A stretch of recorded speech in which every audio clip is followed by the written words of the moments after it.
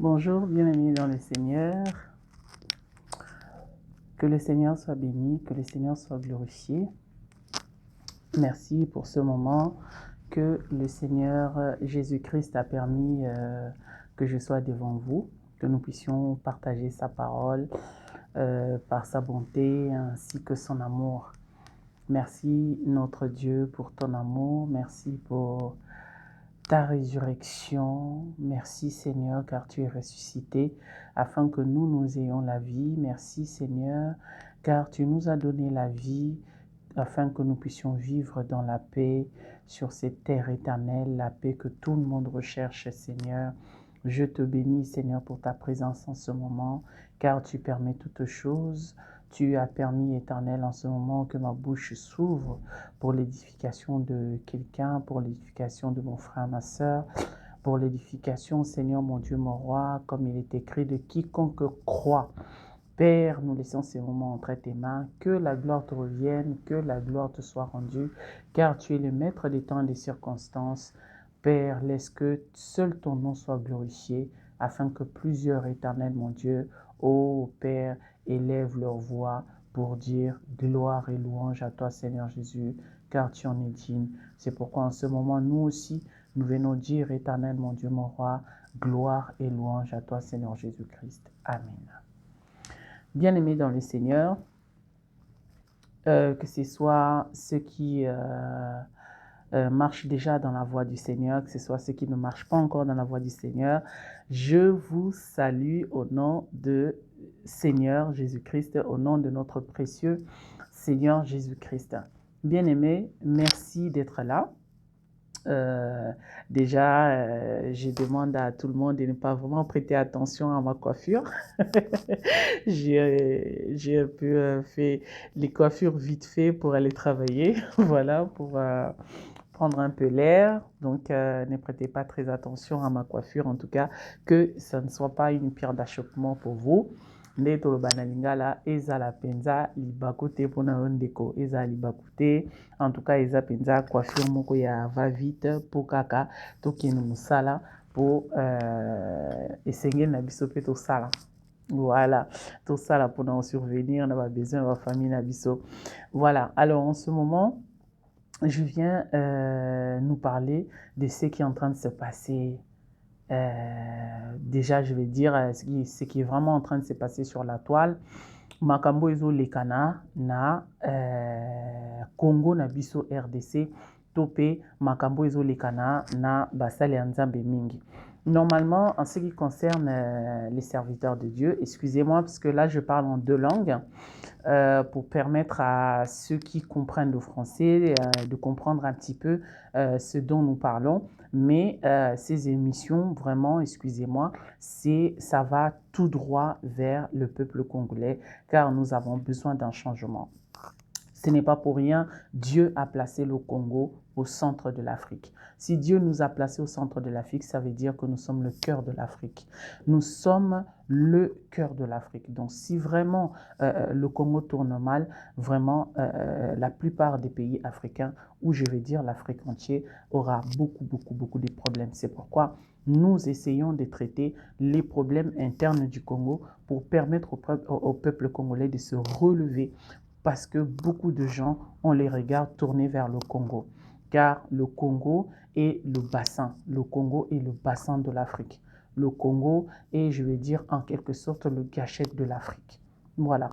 Donc, bien aimé dans le Seigneur, les émissions que je fais souvent, j'ai tendance à parler en lingala pour permettre à toutes les couches sociales congolaises baeba kolanda émission au bisikano soroko melayo au comprendre exactement nini tolingi toloba. Alors des fois tozo meka kotia na moi français ou soit c'est parce que lingala pe toyebi yango pe mobimba te parce que on connaît mais on connaît en partie des karabi lobi na biso et même français pe toyebi na biso yango pe mobimba te mais on essaye toujours un petit peu par rapport à ce qu'on a appris. Donc awa toye kolobela ba problème oya makasi ezolekana na kati ya territoire na biso congolais. Bien aimé dans le Seigneur déjà, pendeko na nga oyo nano yambi Yesu te na ye epa na bino mpona koyebisa bino sortez du milieu d'eux.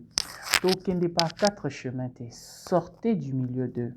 Bomoni ba vidéo moko na uta kotia na page na ngai ezolakisa makambo oyo ba serviteur de Dieu bakomi kosala na moya lelo oyo. Mama na ngai makambo oyo ba serviteur de Dieu bakomi kosala na moya lelo oyo eza makambo ya bosoni. Tolobi te ke ndenge baza wana esili désormais bakomi basali ya Satan to pe basali ya diable. Non, non, non, non, non. Ce n'est pas ce qu'on dit en ce moment. Ce qui est important pour la mwana nzambe, c'est de grandir dans la foi. Ce qu'on moni si kozali, tu ne grandis pas dans la foi. Ozole ki Satan na yo na koyoka, comment on appelle ça? Ozole ki Satan na yo na koyoka n'importe quoi. Oyo basala nzambe bakomi kopesa bato lelo ba discours farfelu na ostango senga yo okende ko tanga Timothée ndenge apôtre Paul azopesa Timothée conseil par rapport à ba discours farfelu tout ça etc. Voilà ba sala nzambe oyo bazoya na maluba nzambe sous couvert ba se tirer ba gain na bango ba koma na mbongo ebele. En tout cas, bien aimé dans le Seigneur, tozoya kote lemela babiloko wana tozoya kote lemela ba acte wana. Biso tokoyi ko condamner bango te, tokoyi ko juger bango te. Tozoya nde kaka ko boya yango de façon ya koyebisa bana nzambe bobima na bisika ya bongo. So moni ke mosala nzambe na bino akomi na tendance trop mbongo. Bien aimé bima na esika ya ndenge wana. Elinko loba kendenga azawana akomi mutu ya bolingwa mbongo, akomi mutu à l'amour de l'argent. Nzoka nde makomi ezoloba na biso l'amour de l'argent eza source ya plusieurs mots, source ya bamabe ebele. Bato balinga mbongo baza capable ya osala mabe ebele. Bamabe o mususu o kutu nanu boyoka na matoi na binote. Yango zomona lelo na Congo ezolekela bato mususu komona ke basala nzambe bakoma empoisonné. Ezolekela bato mususu komona ke basala nzambe bakoma koma comment on appelle ça, assassiné. Basali nzambe mususu bakomi kobunda na makofi, basali nzambe mususu bakomi kofinga na en public. Neti exemple na uti kotiela bino dernièrement awa mosali nzambe azoko attaquer ndeko na ye mosali nzambe d'une façon mais na yebi tundenga ko expliquer ngote.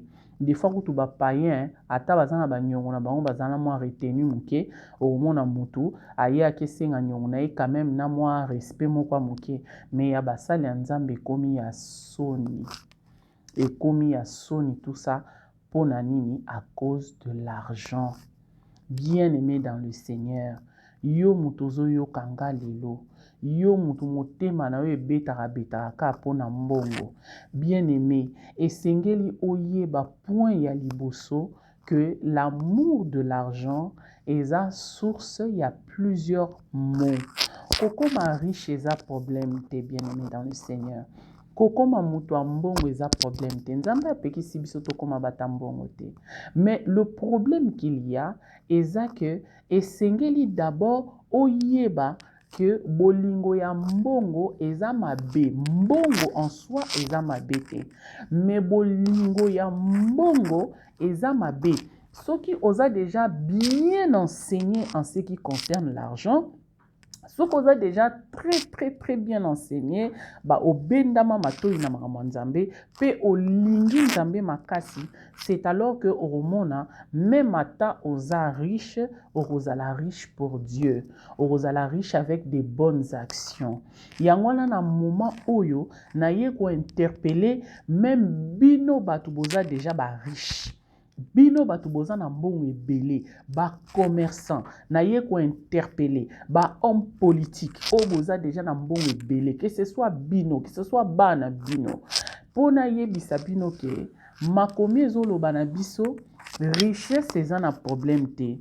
eza nde ba action oyo bozosala na nsima mbongo, parce que mbongo eza na facilité ya kosomba nyonso. Mbongo eza na facilité ya kosomba ba faux diplôme, mbongo eza na facilité ya kokanga minoko ya bato, mbongo eza na facilité ya kosala makambo ebele oyo tokoki koénumérer awa te. À cause de l'argent, moto mosusu akokoka te a se retrouver lobby par exemple na lipapa awuti na ba voiture ya minene soki ba ML soki ba Mercedes tout ça et tout a se retrouver le bazotambo makolo moto mosusu akokoka ngote. Alors lokola akokoka ngote aza capable de tout pour atikaka na standing wana. Bien-aimé dans le Seigneur, bien-aimé dans le Seigneur, à quoi sert na moto o gagner nyonso eza na mokili bon o perdre bomoi na yo? À quoi sert na moto o gagner nyonso eza na mokili bien-aimé dans le Seigneur? Bon aussi manango perdre bomoi na yo. Et kozala malamu o vivre na kati ya richesse, o vivre na kati ya mbongo na yo, parce que richesse pezaka mbongo kate. Et kozala malamu o vivre na kati ya mbongo kasi o hériter royaume des cieux. Kasi o kosala ndenge nini ozala na mbongo pe o hériter royaume des cieux. Et sengeli na biso to continuer kolanda ba émission oyo to pe to continuer pe kotanga ka Bible. Kotanga ka parole de Dieu pour permettre à biso de comprendre ce que Dieu attend de nous. Ndeko na ngai déjà esengeli oyeba na position oyo oza nango banda nanu liboso kolinga Nzambe. Là je m'adresse directement na batu oyo pona bango kolia eza soupacité, na batu oyo pona bango kolata eza pasité, na batu oyo pona bango ba compte en banque eza rempli. Bien-aimé dans le Seigneur, kanga nanu misu sur ba compte en banque na yo banda kolinga Nzambe. Linga Nzambe na motema na mobimba. Yambo etosala quelque chose, soko na bolingo Nzambe, obanda koluka la volonté de Dieu. Obanda komi poser ba bonne question. Ba bonne question dans le sens où qu'est-ce que le Seigneur pensera de moi ce qui n'a posé tel acte. Bien aimé, ce qu'on commis qu'on s'est posé la question, cela veut dire que tu es dans la bonne voie qui mène dans le royaume des cieux. Bien aimé dans le Seigneur, tozongeli mama elikambo ya lelo. Mama elikambo ya lelo ezali sortez du milieu d'eux. Yo mutozo yo kangai. Que ce soit aux à la nouveau converti ou bien aux à la nouveau convertité. C'est vrai tolobaka na ba émission précédente que sengeli nabino bokende auprès ya basali ya Nzambe po bozala affermi po bolendisama. Peuple congolais, soki tozozwa initiative oyo ya koya koloba liboso na bino, c'est parce que d'abord d'un côté nous avons besoin comme Néhémie de rétablir temple ya Nzambe, de rétablir le Congo. Po biso basali ya Nzambe, Nzambe alakisa biso pe alobela biso plusieurs fois que le Congo est le sillon de l'Éternel. Congo na biso eza sillon ya Nzambe. Et sengeli na biso to accomplir la parole de l'Éternel. Et sengeli na biso to accomplir la parole de Dieu. Nzambe akosaka te. O Nzambe alobaka po na biso, il accomplit. Ba prophétie eloba kala. Bato mosusu balobelaka biso tina moya lelo que même Simon Kimbangu apesa prophétie comme tel baoyo bano bakei na mikili ya poto bakozonga po baya kotonga ekolo. Bien-aimé dans le Seigneur. Et là, je vous dis aussi que le Seigneur lui-même nous a mis à cœur pour alobana biso to rétablir Congo, pour alobana biso to telemisa Congo. Le Seigneur nous a mis à cœur pour alobana biso to sala biso moko ba riche na biso alobi. Bien-aimé dans le Seigneur, c'est la parole de l'Éternel. Ba riche eza problème te. La richesse vient de l'Éternel. Makomi ezolobana biso. Salomon a été rendu riche par Dieu. Nzambe nde mutapesa Salomon richesse extrême, richesse matérielle financière, richesse spirituelle. Nyonso tuana Nzambe mutapesa ngopa Salomon. Alors en ce moment, yo mutozo yo kangai. yo mutu na kati ya motema na yo ebetaka kaka po okoma riche. Yo mutu motema no ebetaka po okoma mutu abozwi. Bien aimé, yaka na makolo ya Nzambe. Yaka na makolo ya Nzambe. Nzambe aza na besoin instruire yo. Congo eza na besoin ya bato ya mbongo.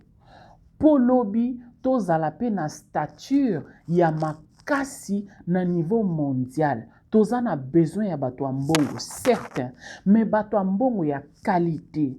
Bato ya mbongo qui écoute l'Éternel. Bato ya mbongo o baza na libéralité devant Dieu. Libéralité eza o bomona te na ba vidéo mususu o ezoko circulaka par-ci par-là. Libéralité eza te yaka ya kopesa boy, non po etonisa ba poche ya mutu moko boye mbongo yango ezosala eloko ya malonga te, mbongo yango ezokende na mabungu na bango ba voyage bango na basi na bango na ba première femme na ba deuxième femme auto yebité entre guillemets. Bien aimé, ce n'est pas ça.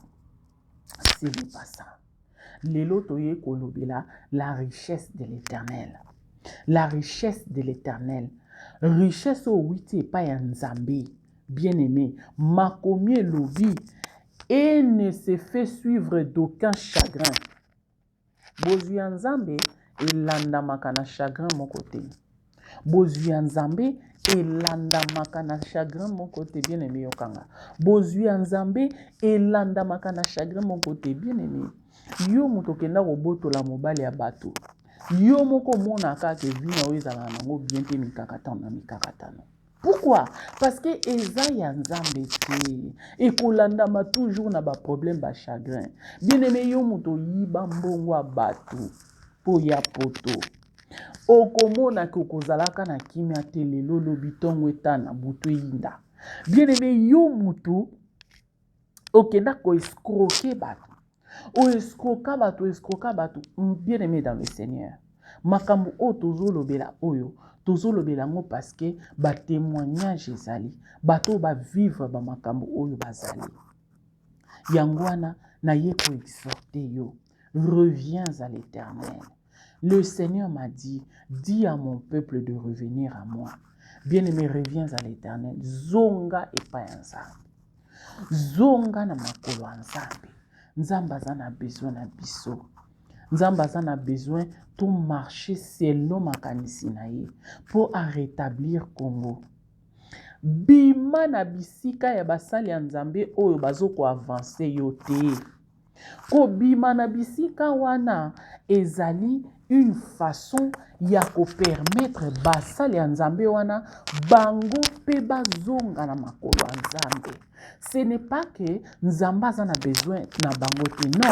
Ce n'est pas que Nzambe a besoin de perdre bango, non. Ce qui tozo sa la campagne aussi koyo eza po e permettre na biso na basali ya Nzambe wana bazonga na makolo ya Nzambe. Bien aimé, toza na besoin ya basali ya Nzambe wana. Toza na besoin ya basali ya Nzambe nyonso tu na Congo.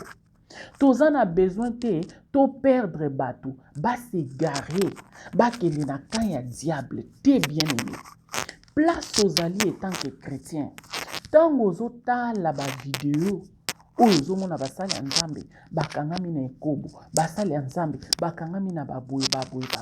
Déjà, entre parenthèses, nalingi na lobela makambo ba vidéo oyo bazolakisa ke soit basali ya Nzambe soit ba païen oyo ezo circulaka basali ekobo basali bo bazongisi bo. Bien aimé dans le Seigneur, yo mwana Nzambe kotalaka ba vidéo wana te. Oyo etangami ba vidéo ya ekobo, ba vidéo à caractère o ba sexe tape boy ndenge diable apesi yango kombo, kotalaka ba vidéo wana te. Ba vidéo wana ezali sorcellerique.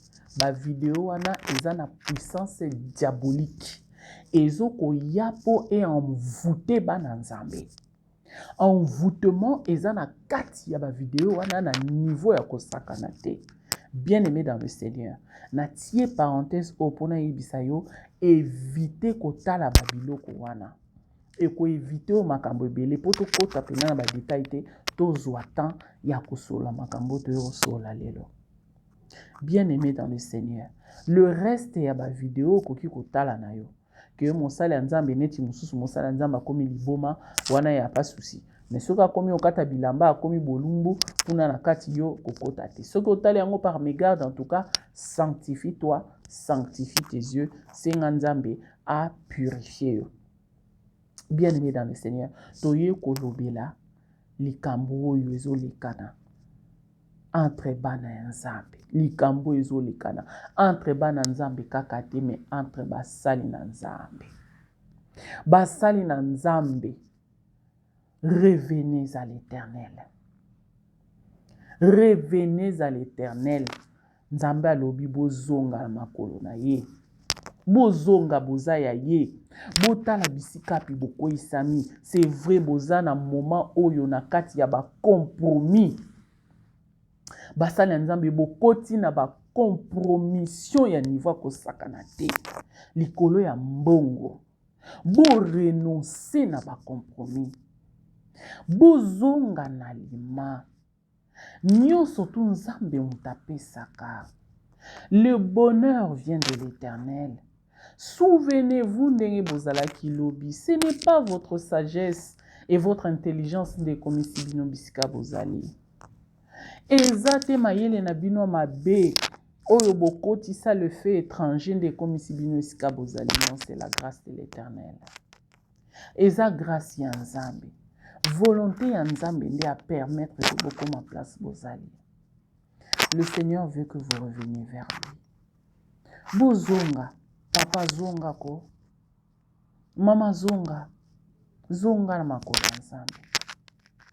Soki tozo tala bino, tozo mona mbala moko la haine qui apparaît en vous. Soki tozo tala bino, tozo mona mbala moko mitema na bino eza transformé. L'orgueil a pris place. Lolendo ezuesika. Maman, je t'en supplie par la grâce de Dieu. Je t'en supplie par l'amour du Seigneur. Zonga maman. C'est vrai quelque part, bobangaka qui a ce na zongi sima na oliani. Mais bien aimé dans le Seigneur, Nzambe a toujours un plan de sortie.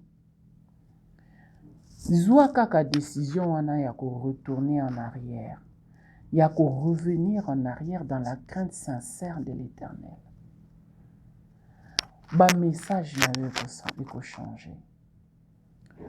Zwa volonté wana ya ko revenir en arrière. Yebisa Nzambe, je veux revenir en arrière.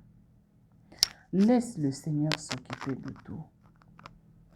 Na kombo ya ba vue na ba réseaux sociaux, basali ya nzambe boko moloba n'importe quoi. Ah, ndeko, tanga Timothée. Bisika wapi, apôtre Paul, azo conseiller. C'est vrai, okoloba na ngai que ce n'est pas Dieu qui a parlé. Parce que nzambe alobi eza irrévocable. Mais quand même, ils a conseil par rapport à la parole de Dieu. Ce qu'ils a conseil pour lata. Bien aimé, wana natiki yo ozo direction à molimo mo santo ensemble. Molimo mo santo a convaincre yo ceux qui ont lata bijou, ceux qui ont lata bijouté, ceux qui ont lata veste, ceux qui ont lata boubou, wana molimo mo santo a convaincre yo. Mais oyo etangami doctrine ya nzambe, oyo etangami maloba ya nzambe, oyo ezosala ke bana nzambe ba hériter royaume des cieux. Bien-aimé dans le Seigneur, je t'en supplie par l'amour de Dieu. Makomi lobi na biso, bana nzambe, esengi toza na humilité. Komi kitisa, eza lisusu te epai na babasani na nzambe. Komi kitisa, makomi lobi na biso, Dieu résiste aux orgueilleux. Maman, Dieu résiste aux orgueilleux. Papa, Dieu résiste aux orgueilleux. Il fait grâce aux humbles. Humilité est une façon de vivre. Humilité est une okitsa mungongo karate. Pe kokitisa pe mungongo eza pe bien. Eza bien pe. Kasi humilité eza pe na façon de faire. Esengeli na biso na loba na ba vidéo précédent. To ressembler na bana mike. Na façon na biso ya komonela makambo. Na façon na biso ya koposer ba acte. Afin que nous puissions hériter du royaume des cieux. Maman, papa, yo ozo mata na estrade, ozo loba, ozo ganga avec orgueil. Oyebi nombre de jours na yo sur terre. Oyebi mokolo nini nzambe akoloba stop. Maman, oza na liloba suka te na vie na yo. Papa, oza na liloba suka te na vie na yo. Alors, ce qui te reste à faire, c'est de revenir en arrière. Zonga sima. Le Seigneur est prêt pour t'accueillir. Le Seigneur est prêt. Lokola papa oyo. Azalaki mikolo nyonso tout prêt. Ya rozela mwana na ye l'enfant prodigue. Oya kendaka. Bien-aimé dans le Seigneur. Nzambe na yo. Azozela yo po asala fête ya monene. Renoncer na biloko oyo ozwa. Po bakisa na liloba nzambe. Le feu étranger. Oyo kotisa. Po bakisa na liloba nzambe. Po epesa yo notoriété. Po epesa yo ba vue na internet. Po epesa yo makasi o batu ba banga yo. Eza ya nzambe to ebiango très bien na motema na yo. Reviens à l'Éternel. Nyonso tu makomi ezoloba na biso. Tozwa makomi na nzambe tel que oyo akobakisa point akolakela mama be. Oyo akobakisa ne fils que point akolakela mama be. Mama pona nini ozobakisa, papa pona nini ozobakisa. Tika parole de Dieu ndenge ezali. Teya liloba nzambe ndenge ezali. Objectif na yo na ngai, mama papa, eza ya komema bato ebele na makolo na nzambe. Eza bato ebele ba se convertir po ba hériter royaume des cieux. Et non, ya koyiba bango. Et non, ya kotondre ba brebis. Brebis esengeli na ye azala en bonne santé. Mama papa, moi miliki ya moke brebis akopesa yo ekoki pona yo. Arrête de pousser, excusez-moi le terme, de pousser le bouchon trop loin.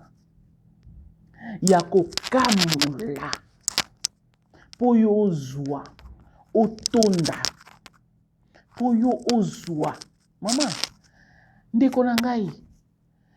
C'est vrai, des fois, bossa il a verset biblique.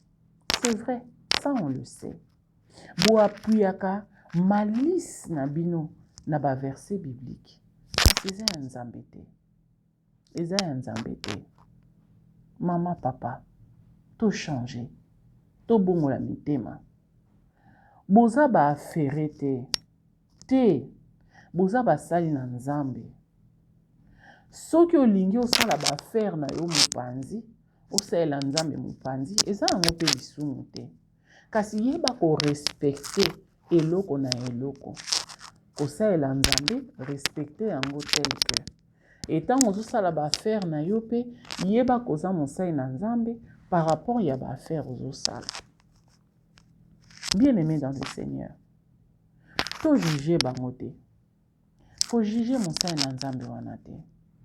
Po na moment où même tozo solo la mususu oyebi te, peut-être na kata secret assez abongoli motema na ye. Peut-être na secret assez azui décision na nzambe na ye pour à revenir vers l'Éternel. Alors yo soko tikali pe ka na ba critique yebango ke ozwa na yo malédiction ya pamba parce que yé déjà c'est abongola ki motema na ye. Yé déjà c'est a changer ki. Et loko o biso senge na biso to sala ezali to moni oyo basali to sepeli nango te to bondela pona bango. Yo moto za na possibilité wana ya koloba te. yo moto oza na possibilité ya komona bango te to mpe ya kosala bavideo te eloko tosengi na yo bondela mpo na bango mpo toza na besoin na bango. Diable aza na besoin 100% ya bato bakota na kati ya nini lifelo. Kasi Nzambe ayaki pour que quiconque croit, quiconque oyo akondima ahérité royaume des cieux. Nzambe ayaki mpo biso nyonso tokota bokonzi ya likolo. Ndeko na ngai bondelaka mpona basali ya Nzambe oyo basi babungi. Kozala te oza wana kaka mosala Nzambe nasali we tali bango wana bo biso tosani bakomona ndeko na ngai ozo passer temps pour rien. Ozo passer temps pour rien. Nzambe a orienté biso, atinda biso to se soutenir mutuellement. Nzambe atinda biso po ebele bakota royaume des cieux. Bien-aimé dans le Seigneur, mosali ya Nzambe ya église na yo akoko bongo maka tant musu na conseil na yo. Tant musu na obondela na yo. Na ye ko s'adresser pe directement na bino batu bozali tout autour ya basali na Nzambe. Ah papa, c'est vrai Congo eza pasi, bozo profiter pour bolata bien. Bozo profiter pour boliaka malamu. Alors boza wana pour bobetela bango maboko. Ndeko, soki Nzambe a permetaki ozala zinga na ye, ce n'est pas pour rien. Loba na ye ce que tu penses de l'Éternel. Loba na ye ce que l'Éternel te dit. Yebisa ye par rapport à ba comportement zo sala. Ndeko na ngai, bana batu bozozwa butu moi, bana batu bozo ko dévierger butu moi.